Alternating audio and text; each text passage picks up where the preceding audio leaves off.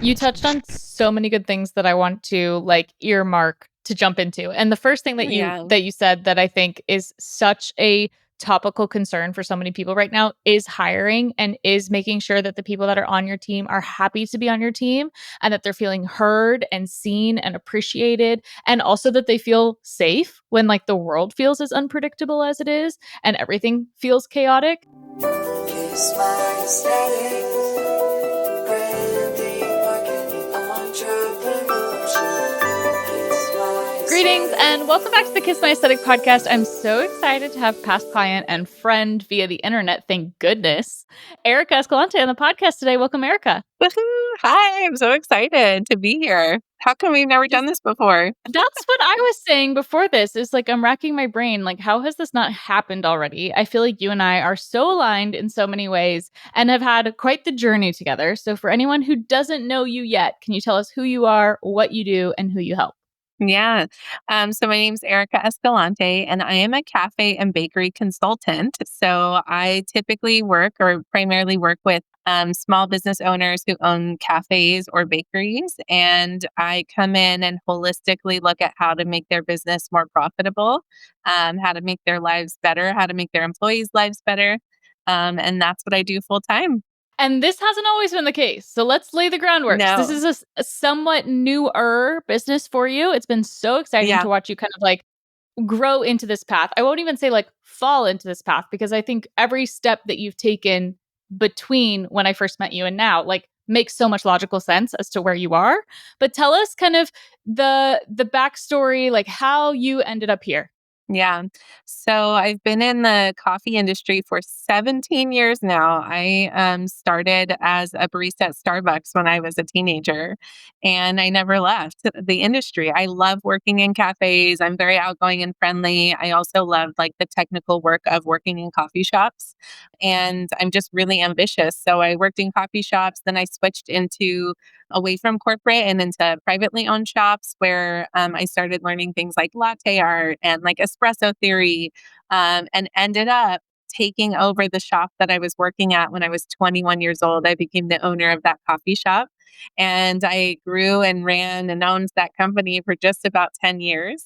Oh my But in gosh. 2021, I was ready to be done. I have two children, and they were at the ages where I really needed to focus on them. And so I decided to sell off my shop, sell off my company, and I had no idea what was next. So I started working for other coffee companies in operations roles.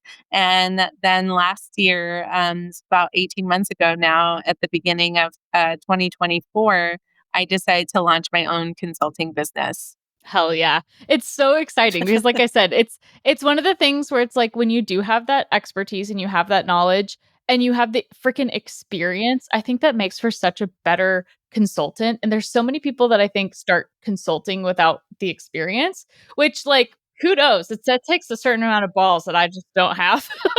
I would much rather like something and then feel confident enough to sell it as a service. But talk to me about how you pull from that experience because I've got to imagine that being the person that like worked from again like teenager at Starbucks to privately owned to like you must have so much more context as to like what every single role of the business is. How does your past experience help you be a good consultant for these coffee shops? Oh my gosh, it is everything. And I take my work very seriously, right? Like people who reach out to me, if their business doesn't work out, they're going to lose their homes, right? Like this is kind Yeah. of a big deal. And I do take it very seriously.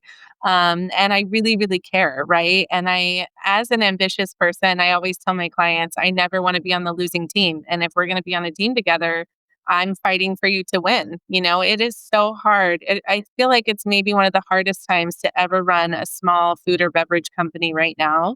And so a lot of it, honestly, is in employee management. Like that is one of the biggest parts of my job is caring for employees, but also how to lead people. It is so hard and so difficult to navigate, especially we're talking about the workforce that's under the age of 30.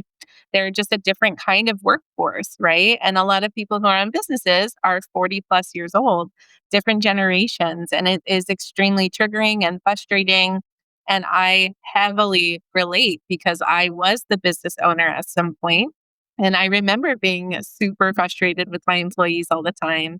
And so that is a huge, major part of my work. The other part of that from my past experience is actually just being a second set of eyes on the strategy of the business from 10 steps away, because when you're in your business, you're just in it, and all that overwhelm and all that stress. And part of making good decisions is being able to strategize and bounce stuff off of somebody and really like work through these decision points and these ideas. And most small business owners don't have anybody like that. And so I'm able to use my experience and my knowledge to be able to strategize and bounce things off of each other and refine, refine, refine. And that is a really fun part of my job. And it works because I'm not super in the business. So I'm not clouded by politics or the politics of the company or past things. I'm a fresh set of eyes that really can see the holes. And so it's a really cool job. I love my job. And it's funny too that you say it makes so much logical sense, is everyone is saying that about me, right? Like they look at my life now and they go, oh my God, this makes so much sense. And I love that validation is like, you know what, it is my dream job and this does make sense for me and I'm exactly where I should be, which I feel very lucky to have that. You touched on so many good things that I want to like earmark to jump into. And the first thing that you Yeah. that you said that I think is such a topical concern for so many people right now is hiring, and is making sure that the people that are on your team are happy to be on your team, and that they're feeling heard and seen and appreciated, and also that they feel safe when like the world feels as unpredictable as it is and everything feels chaotic. What are some of the recent concerns that your cafe clients have come to you about recently when it comes to just like leadership in teams? And what I've always appreciated about you is like are a very no bullshit person. Like you will say it like it is, and you are not afraid to like ruffle some feathers and maybe get some people like be like, oh shit, she's serious. Like I just reshared a reel that you posted of the trend where it's like, who said that? And you're kind of like, the if you hate your team and you feel like everyone's letting you down, that's a you problem. And I'm like, oh Yeah. man, I know so many people that need to hear this right now. So tell me a little bit about that. Let's get into that. Let's talk about leadership. Yeah. It's not easy. And I think Yeah. also things that No. worked 10 or 15 years ago don't work now. They no longer apply. Oh my So gosh. talk us through some of those problems and how you're helping people overcome that. Yeah. It's so hard, and funny note is I was in a really hard marriage for like over a decade, and all of that therapy honestly has helped me so much do this stuff because it is therapy work, right? The thing is that as a business owner, you're just a human being with your own triggers and emotional needs and all of this stuff. But what's difficult is everything people tell you on how to live your life is completely the opposite when you're a leader, right? And so, as a human being, as a person, we're told if someone crosses your boundaries, like cut them off or like protect your boundaries, do this, this, and that. But when you're a leader, that's just not how it works, right? It's a negotiation. Everything you do is a negotiation with your employees, right? And it isn't the same as it was a decade ago where I'm the boss, do what I say. That's not how it works at all. And so it's really hard because you're trying to lead people to do things that you need and they typically won't do them, right? And common sense is no longer common. There is no common sense anymore. Also, with the workforce that my clients typically employ, these are young adults, right? Who some of them experienced COVID through their high school years, right? And Literally. so they kind of Yeah. missed out on some formative things. Um, and I think our society in general, we don't understand emotional regulation. We don't Yep. understand professionalism and what happens when you are frustrated at work, because that is bound to happen at every single company. It doesn't matter if the owners are great or not. There are frustrating things that happen, right? And we have to teach people, including the owners and including the employees, what to do when that happens, right? And have a plan and educate. And so, even with my clients, a lot of them, when they're frustrated, I have to teach them that it's not like a blame game, right? It's the employees that are doing it. It's this who's doing it. It's that who's doing it. It's saying, but what do you need to do, right? Because any outcome that happens is your fault, right? So if you don't like the outcome, you have to change the start. You have to change the process. You have to change the system, right? And so, what is the outcome that you hate? How do we prevent it in the first place? That is my role. And it's hard. It's really, really hard because that process change takes time. It does not happen overnight. And especially if you're trying to change a whole culture of a company, that takes a really long time. And I tell my clients when they sign on with me, you want to change that culture, you want to change this feeling, it's going to take 18 months.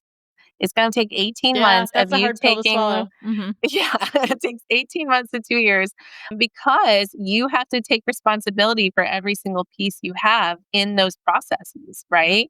And it takes sometimes digging into fundamental beliefs, right? One of those fundamental beliefs is I'm the boss, people should do what I say, that we have to change that, that we have to change that because that's no longer the case. Oh, completely. And this is like ringing so true even for me within my team and within my organization is like if my tendency is if I don't feel like I'm good something at something, I want to do the thing that I feel like I'm good at. So if I don't feel like I'm doing a good job at sales or I don't feel like I'm doing a good job at networking, I'm like, well, I want to make the Instagram stories and I want to make the reels and I want to make the brand guides and I want to do the stuff, but I can't pay myself the business owner salary and do the entry level work. Like that's, and then on Yeah. top of that, the people who I've employed to do those jobs feel like I'm stepping on their toes. Like that is 100% a me problem. That is Yeah. 100% like I hired people and trusted them to get the job done. And now I'm not letting them do that because what? Because I'm feeling insecure? That's a me thing. So Yes. like totally get what you're saying. And I can totally Yeah. see how this happens in that cafe setting, right? Where it's like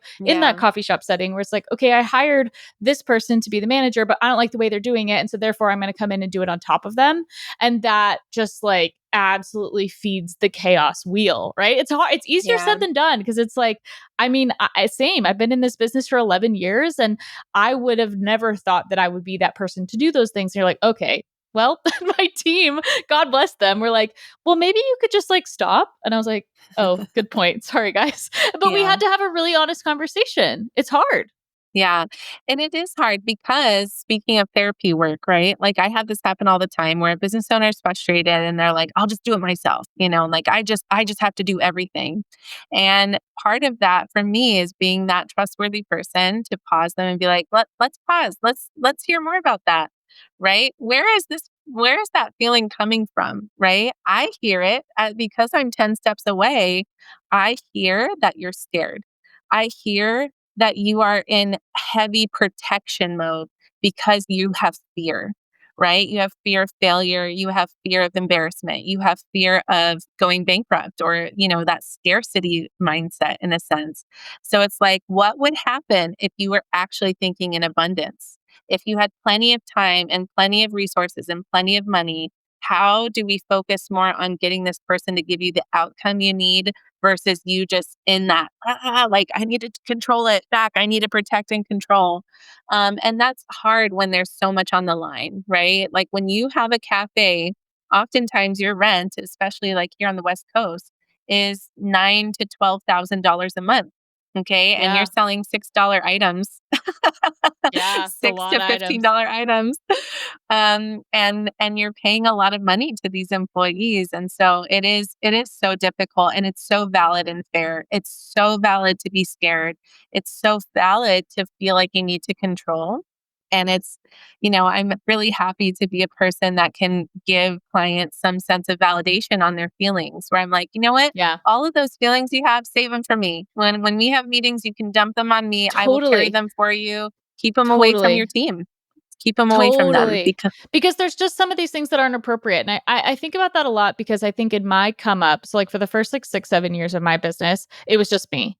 And like I had an intern here or there, I had like an assistant here or there, but like it was just me. And then when I switched to having employees, it is a switch because there are things that are just not appropriate to talk about with them. That's just the nature of the yeah, business. Like so, and it's also stuff that's not appropriate to post about on social media, in my opinion. Like especially when you're talking about someone's livelihood, their career, their performance, yeah, like those are things that deserve to be between you and that team member or you and an advisor. And so hiring an yes, advisor for me was huge because it gave me it like mentally gave me a container to put those conversations where like there might be something yeah, that come up or there might be a miscommunication or there might be a negotiation on the table that I'm like, oh shit, I've never done this before. But knowing that I had that time parked on my calendar to just talk to someone about it to get a second yeah, opinion was huge because it like gave me again, like there were just conversations that are not like appropriate for a public platform. And then on top of that, it feels so isolating because if you were the person that built your business as a solo show, as like it's just me and I share everything and I'm an open book the way that I have, like it's what this podcast is in a lot of ways. I felt so isolated of like, oh, I must just not be smart enough to figure this out. Everyone else has figured this out, and I am too dumb to figure it out. And that wasn't the case at all. It's just that this is just not something that's like talked about, or like you said, Yeah. like hiring someone with experience that can really help you is such an Yeah. asset. Yeah. You're nodding along like this Yeah. isn't And a me problem, oh my gosh. which No, makes me feel better. no, it is. Well, and speaking of my experience, currently right now I'm working with 16 different companies across the US, Yeah, right? I have a lot of clients. And part of something that I know brings a lot of comfort is that I can look a business owner in the eye and say, this is so normal. And I've had this conversation 10 times this week alone. yeah, And so it's totally normal and totally valid. And yet, right? And yet, like we still have to change some of these fundamental things that you're holding on to that's actually hurting you and holding you back from having the type of company that you want. And so I also think too, just having so many eyes and ears in all these different companies, I'm gaining insight into what's happening across the board, which is what's happening with this person specifically. And let me tell you, there's nothing new under the sun, right? Like there's nothing new under the sun. And even too, the other thing that I think advisors really bring, at least for me, I'm a list girly for sure, right? I'm a list and numbers girly. For my clients, I really look at those 18 months out, right?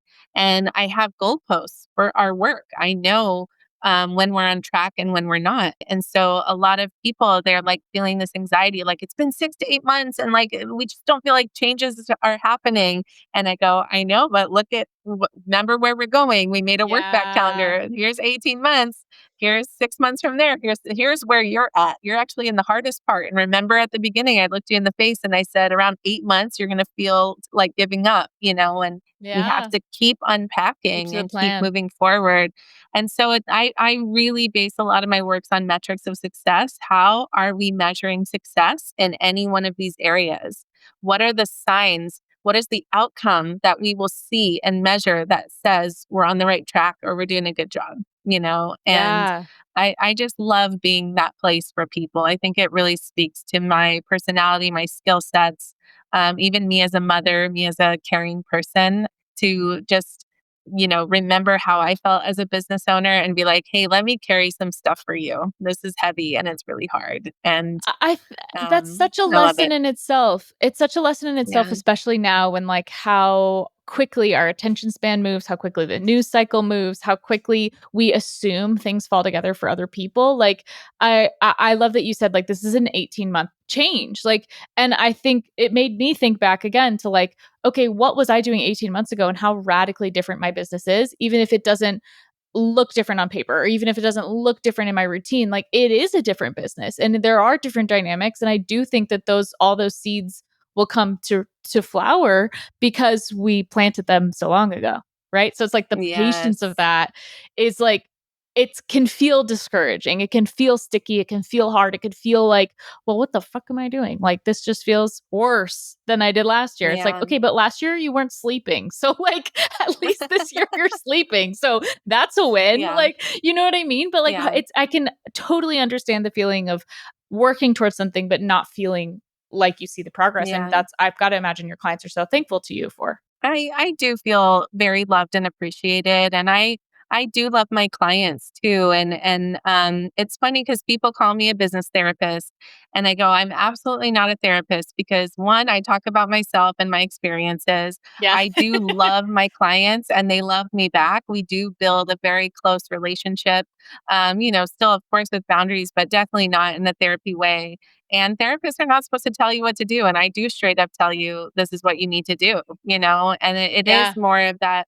I hate actually the term consultant or coach. I do love more of the term advisor, although that feels very stuffy. But this is a like very niche work. I don't know anyone who's Yeah. actually doing the work that I do. Maybe like a less than a handful of people do something similar to me in the coffee shop arena and space. And it's so fascinating. I love what I do. I'm so fascinated by all of this all the time. Yeah, no, and you brought up something before we even started talking, which was like, there's a really big misconception about what it actually takes to run a coffee shop or a cafe, right? Like it's kind of Yeah. this, it's on everybody's dream mood board, right? Where it's like, oh my Yeah. God, I'd love to own my own cafe. This like sounds so like I who just want to wouldn't? retire and open a coffee And then I shop. retire, open a coffee shop, like especially in Southern California, that's like such the vibe. And that not to say that that also can't be successful, but it really does negate all the nuts and bolts and the nitty gritty of all of that. Yeah. What's been your experience with that mentality? I think if in some way it's like almost parallel to like the starving artist stereotype, but just in the opposite direction, where it's like the starving artist is like, if you have this skill, therefore you shouldn't be able to monetize. Like alternatively, with like a coffee shop, like just because you want to have one doesn't necessarily mean you know what's involved. Right? So Yeah. talk to me I a little bit mean, about that, about the stereotype of it all. yeah, people do call me the dream killer, and like I'm like I'm happy to do it, but it is hard. Like I've had clients who, I typically focus on company flips. When a company isn't doing well, I Sure. come in and flip it into something profitable. But on occasion, I do get the people who are opening something new and want me to advise them on opening a new project. And the first thing I always do is projections and P&Ls. I want them to see the actual financial reality, because the financial reality is that they lose money, just they hemorrhage money, right? Especially if you don't know what they're doing. And most coffee shop owners are making less than $50,000 a year. There's actually Wild. data on that. Fresh Cup Magazine every year for the last 2 years, has run a huge survey of cafe owners on how much money they actually take home at the end of the year. And I think last year, it was 2024, was around $50,000, right? Wild. And Yeah. the people who Wild. are making more than that, it's because they have like heavy, heavy resources in the beginning and experience in the beginning to really do something immaculately special. Or they can hire a consultant where I know exactly the recipe for a profitable cafe, but I am costly. Yeah. Take a lot of money to hire me. So, Yes. Yes. and not only that, but most of coffee shop success is based on branding and marketing. And you need Hey. dollars. You need dollars Hey. for that, right? Exactly. And so it's difficult. I think this dream of owning a coffee shop, when you don't really know math, is really hard. And that's Yeah. very, very common, where we think of the fun and the dream and we don't know the math, and that's okay. I'm the math person. I'm the spreadsheet person, and I can show you. And I Mm-hmm. do. Ooh, I love that. I do. Yeah. Yeah, I recently got to speak to your cohort of cafe owners, which was so much fun Yeah. and such a like fun deep dive. But one of the things, or some of the things I've picked up just from following you and like seeing what you're doing, is how much you communicate to them how important it is to like have that differentiator, have that unique selling proposition. What's the thing that you do that nobody can get anywhere else? Talk to me about how you help them get there, because again, Yeah. coffee shop in the dream sense sounds like this big lofty thing, but when you actually can pinpoint it to be like, okay, if you were on a street corner and there's a different coffee shop on every corner, what's going to make someone come into yours? And you said branding and marketing, but Yeah. I'd love to hear from your own words, like how you help people arrive at that like unique offering, if they don't have one Yeah. already. Yeah. It's so funny, and I don't actually think we talked about this, but I Yeah. owned cafes and did a rebrand with you. Yeah. This was True. many years ago, right? I had a coffee shop, and I went through a rebrand through that process with you. I learned so, so much about this because, funny enough, when we're talking about that makes so much sense. Like that's what happened to me when I did a rebrand, right? I rebranded into something that was part of my unique identity and my story and what I was passionate about. And leaning on that, when I did the rebrand, all of my customers had been like, that makes so much sense. This makes so much sense. This is so much more you. And we got exponentially busier because of that. And so I weigh heavy on that, in a sense of, through that time, I also was a part of an accelerator program for CPG businesses. And in that program, I learned so much about just mission and values, and leading with those mission and values. And I already was doing it, but putting words and structure and even just the idea into my work that way Oh my gosh, like it exploded my heart. And I still feel that way about my work now, about mission and values and ethics and tying that into brand and story and marketing. And so with my clients, one, I have my own accelerator program now, which is where you came and talked to my first cohort. This is my own accelerator just for cafe owners that started this year, is really getting to know their heart and their story and their mission and values. And part of when you came, the assignment was to write down your mission and values and to show the group your brand and show the group how you're tying these things together. And oh my gosh, the 2 weeks after you came and talked to the group, everyone presented, and I literally Yay! had to say, like, my face hurt from smiling because that spark of just every person is unique, every story is unique, every personality and dynamic is so special. And leaning into that, really leaning into like, what do you believe about the world? How do you want to affect the world around you? And then taking that story and being like, okay, what are the flavor experiences that we can tie in with that? What are the visual experiences we can tie that in with either brands or even just menu items? It just gets so fun. And there's never two coffee shops alike. It's really beautiful. Because that goes back to your abundance mindset, scenario here. It's like if you believe, which I think you and I both believe, there is room for everyone's story and there is room for everyone's unique flavor and there is room for everybody's dynamic because coffee shops serve such a special purpose, I think, in our community and creative communities in like philosophy. Like this is how we get a lot of the great ideas is by putting a bunch of people, different types of people in one space and having them talk to each other and letting them linger and building community and building that third space that we like so desperately lack, especially in this country, is like the communal Yeah. sense of doing something together. That I think that that's really the basis of what we're all here for, right? Is like believing that there is room for all of us on this playground and that the more that we can figure out like okay well I want to occupy like the comic book slash coffee shop space and I'm really interested in jazz music and records and then I'm really interested in plants and like why not let all of those exist because someone might take something differently away from each of them, which is so fun. It Yeah. is the funnest part. It's like building, it goes back to like me as a child playing like roller coaster tycoon, like mall tycoon and Yeah. like making my own mall. I, like I was like I'm at so this into store those next to this games. store next Yes. to this store, right? Because it is. It's like you're curating a world. You're curating an experience. You all know how much I love a bragworthy brand, and when it comes to creating stickers and labels that elevate your branding, Sticker Giant is the brand that you can trust.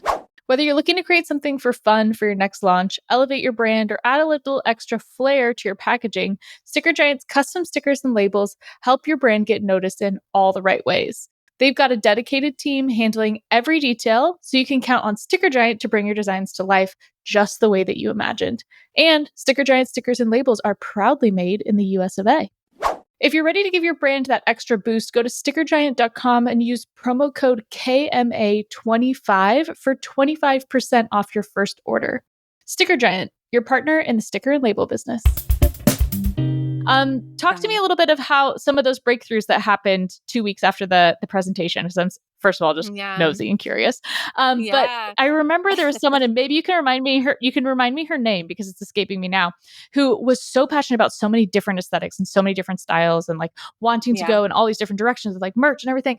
And I gave her advice. I was like, this is going to go counter to what I'm going to tell everyone else in this room, but like play with it. Have fun. Rebrand once a quarter, rebrand once a season. Do a seasonal, do Yeah. a limited time drop. Like you clearly have so much creative capacity and creative brain space. Like let your freak flag fly, girl. Like go for it. And I think Yeah. when I said that to her, like her whole body was like, I'm allowed to do that. I was like, yeah. So tell Yeah. me what I was so curious where she ended up. Yeah. So I know exactly who you're talking about. So her name is Mo, and she owns K&M Coffee in Los Angeles, and she's in Highland Park, which is a cool area, and she's been there for like 9 years, right?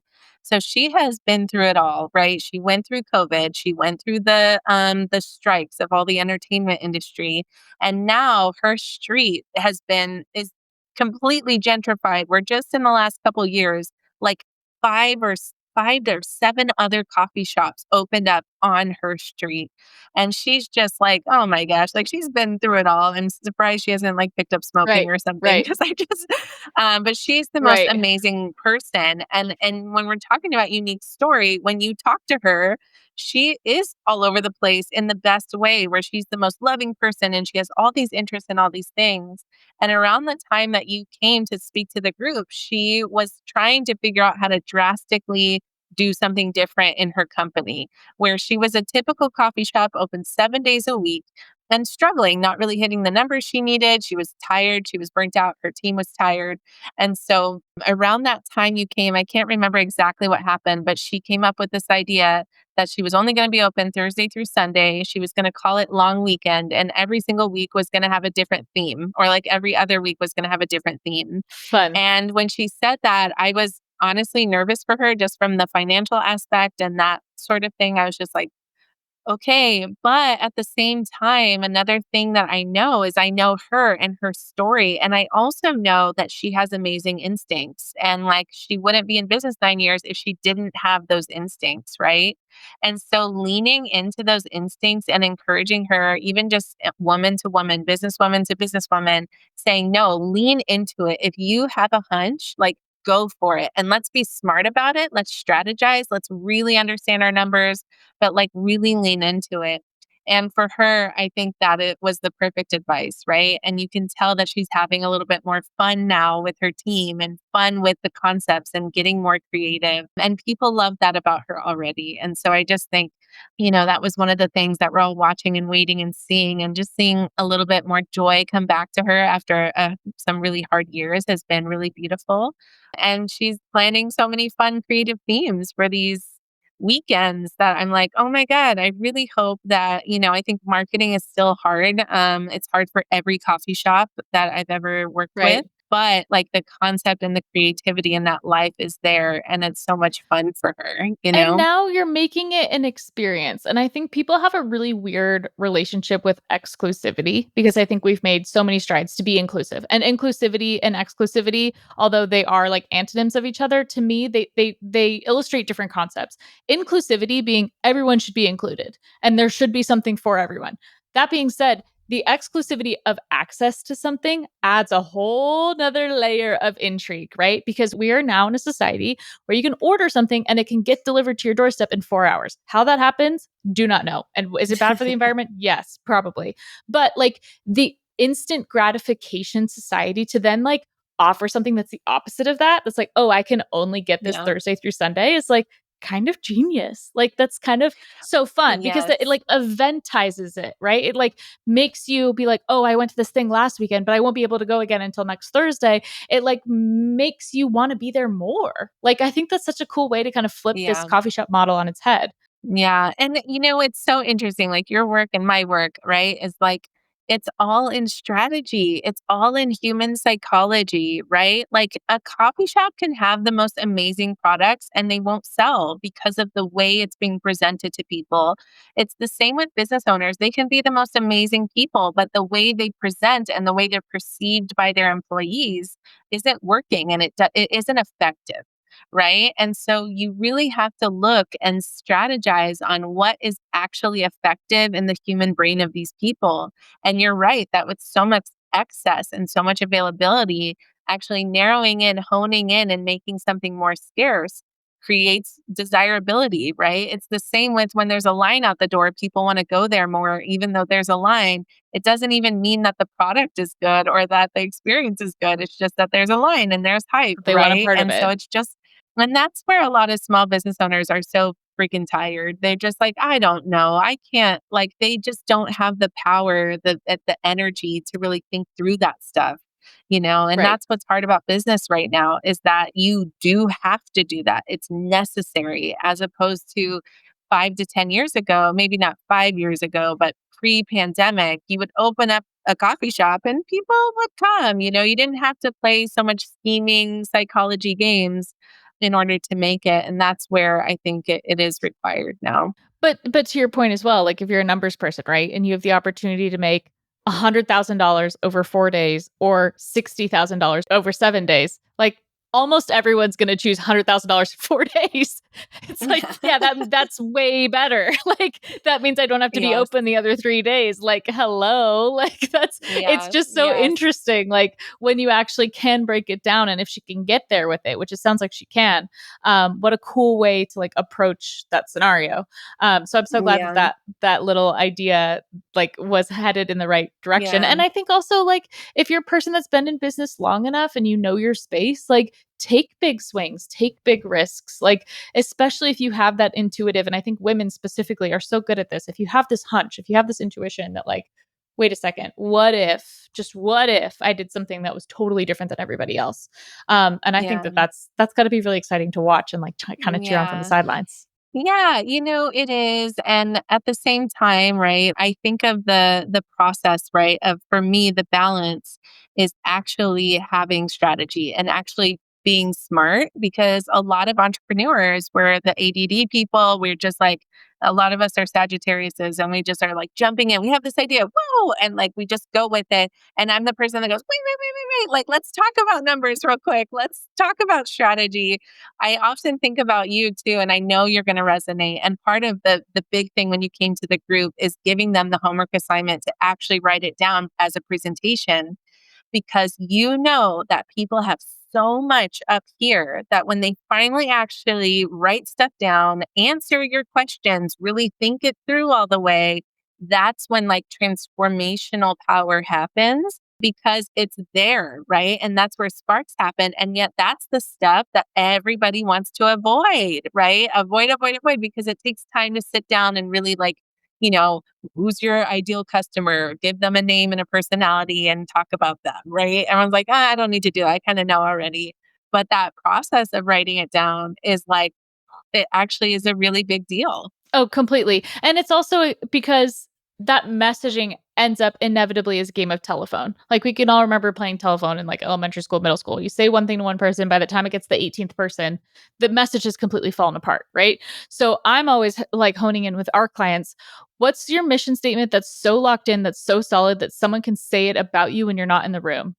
And for us, that's Yes. like, this has been our pseudo tagline, which is like bragworthy. We build bragworthy brands. Okay, what's bragworthy? That's like an interesting enough phrase to like cause some intrigue.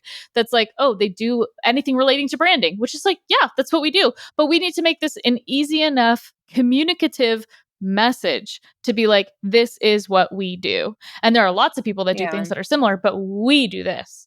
We do this, and this is Yeah. how we help people. And so helping them get to the like, we're the coffee shop for blank. We believe blank. We know that blank. We offer blank is like Yeah. that's essential. And that's for all business owners listening to this, right? Like whether you're a service professional, whether you have Yeah. a product, everyone's in the business of helping people. You just have to illustrate who you're trying to help and how you're trying to help them, which is how we start every Yeah. episode of this podcast, right? And it's easier said than done. And it's also something that business owners forget that it's just like native to them. They forget that they have to communicate it to people. Yeah. How Well, and have I you say, oh, sorry. Okay, go ahead. uh-oh, I was going to say, how have you then translated this as communicating your services? Because like you said, you're kind of a category of one.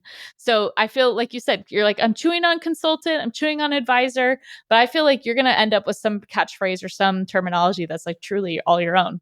Yeah. It's been interesting because, like, I've been wanting a rebrand for my own consulting work, and I'm almost pausing because one, there's just too much going on for me, but two, I'm still figuring out my niches, Yeah. my niche offerings, my vision, and what I really want for the future. And I have really, really big goals for this. And so I know you and I are going to work on this at some point.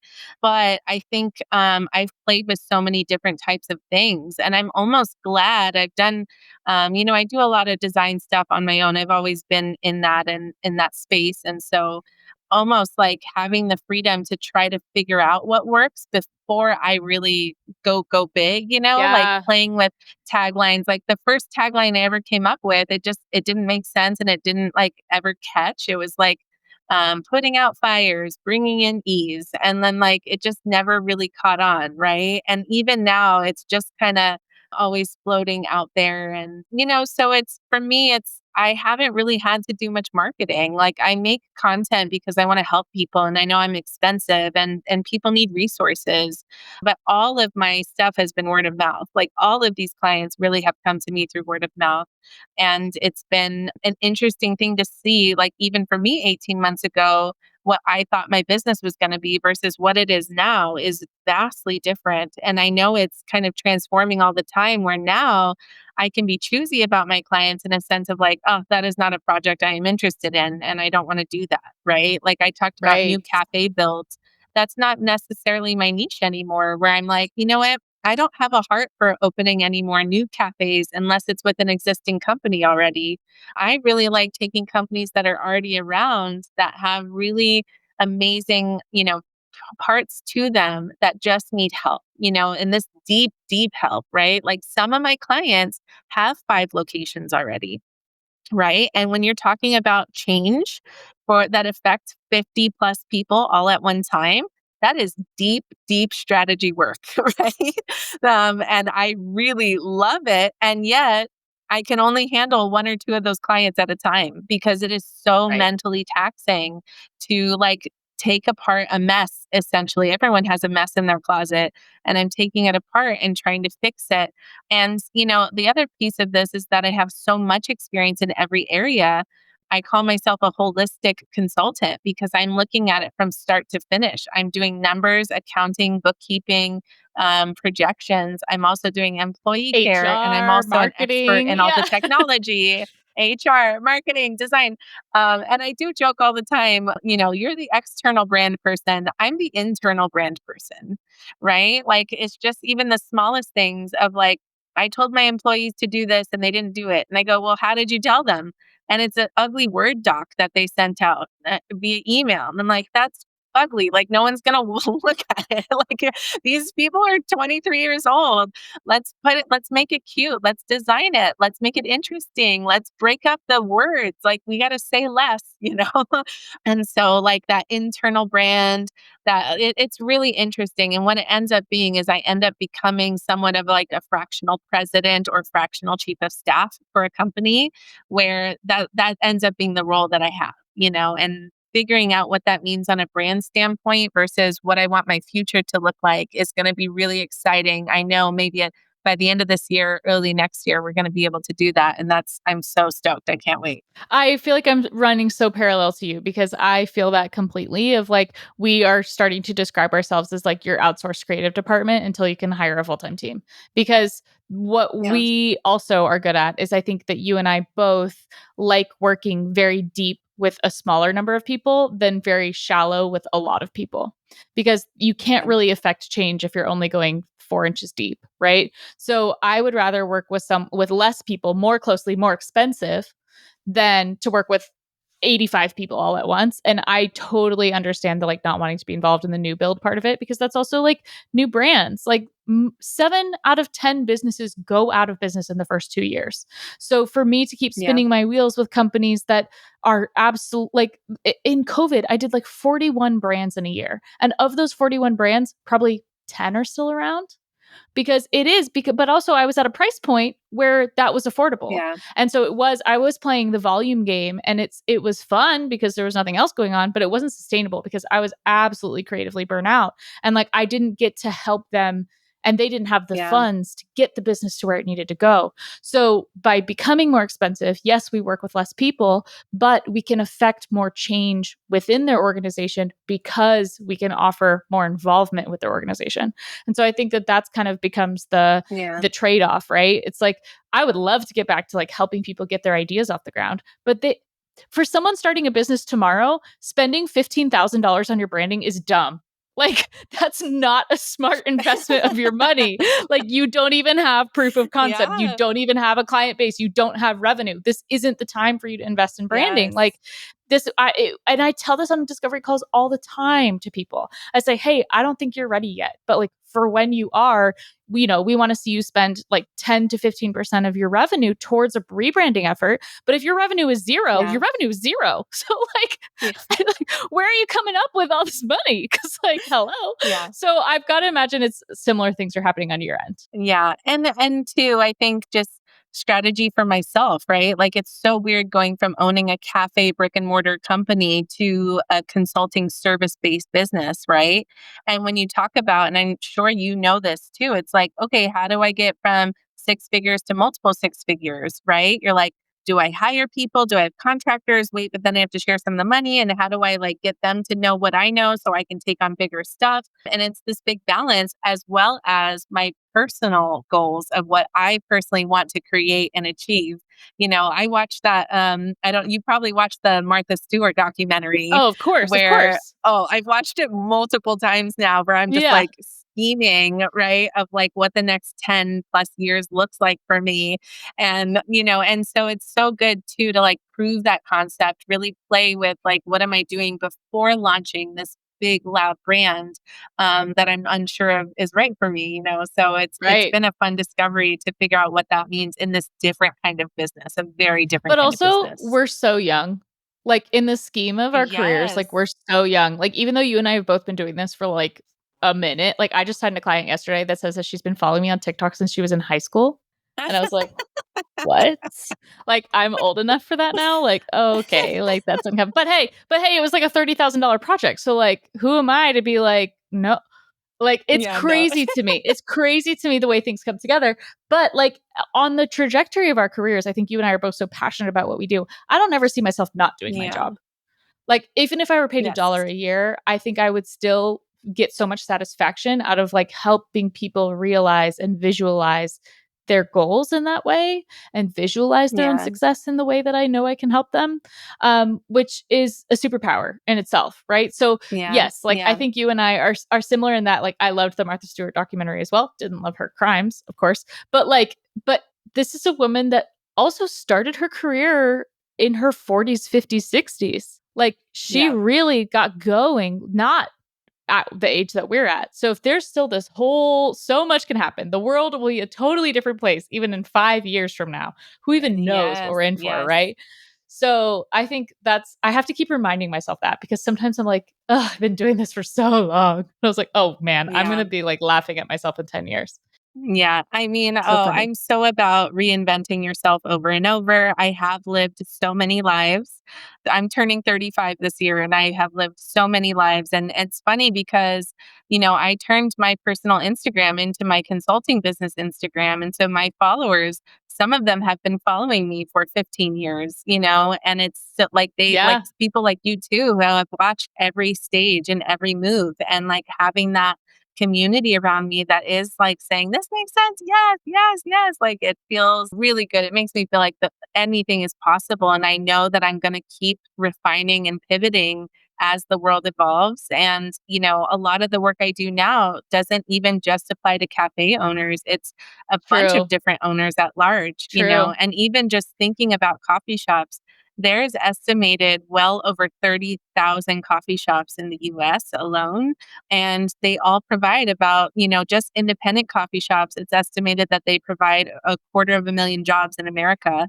And Oh, I like, believe it. Yeah. I'm so passionate about making those better jobs. Like that Yeah, quarter of a million jobs, we can make them better, right? And those business owners, we can make their lives better. We can make this easier. completely. And so I just know that I know big things are going to come. I'm so excited. Yay. Oh my gosh. Well, what a perfect way to kind of wrap it up. If anyone wants to find you, get in contact with you, work with you, maybe refer someone to you, Sure. where can they find you online? Yeah, so I have my website, ericaescalante.com, but I also post a lot of business focused content on Instagram. I try to have so much fun with it. I love being silly. And I do a lot of classes as well. Like I do a lot of entry level cafe classes, like budgeting, finances, educational things. I teach at conferences. And so I also have some tools on my website. If you sign up for my newsletter and you own a cafe, I have a really cool seasonal drink planner and things like that available. So I really care about small business owners and small cafe owners especially. And so I really, really want to get to the point where it's like I just want to help everybody. I want those free resources out there, and I love connecting with new people. Amazing. Amazing. Well, thank you so much for your time, Erica. Don't forget, guys, if you liked today's episode, send it to a friend, save leave it, share it, leave a comment, rate, subscribe, do all the things, and we'll catch you next week. Thanks, Erica, for being here. Hey, thanks for having me. Bye.